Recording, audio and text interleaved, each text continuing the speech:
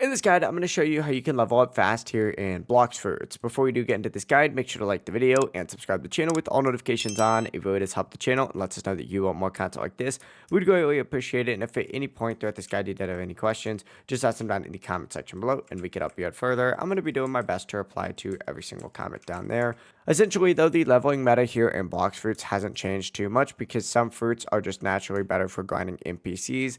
By far, the best overall Blox fruit is going to be the second and third C, which is Awakened Buddha. It makes you giant, it gives you massive melee and sword range. It'll give you reduced damage taken, and it's easily the best fruit for leveling in the second and third C. In the first C fruit, though, you're going to want to get the light, and I believe it's pronounced the Logia. It gives you fast fight between islands. It's immune to NPC attacks if your level is high enough, and it's extremely efficient for quests and travel. But if you need a budget option, use the Magma, which is one of the highest raw damage fruits in the game, and it is excellent for bosses and sea events. It's a great choice if you don't have Buddha or Light. But no matter what sea you're in, always be on a quest. By far, this is the fastest way to level up. Get on a quest, because killing NPCs without a quest is a waste of time. Group NPCs together, use those AoE attacks with Light, Ice, or Buddha, and of course clear the quest as fast as possible. Once you are strong enough to defeat bosses like the Vice Admiral and the Warden, you should kill the boss, leave the server, join a new server, and then kill the boss again.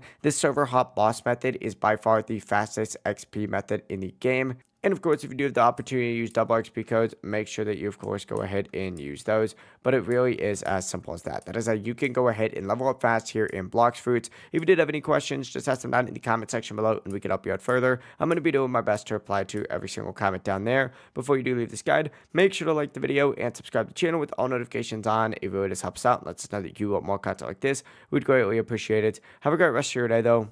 Peace.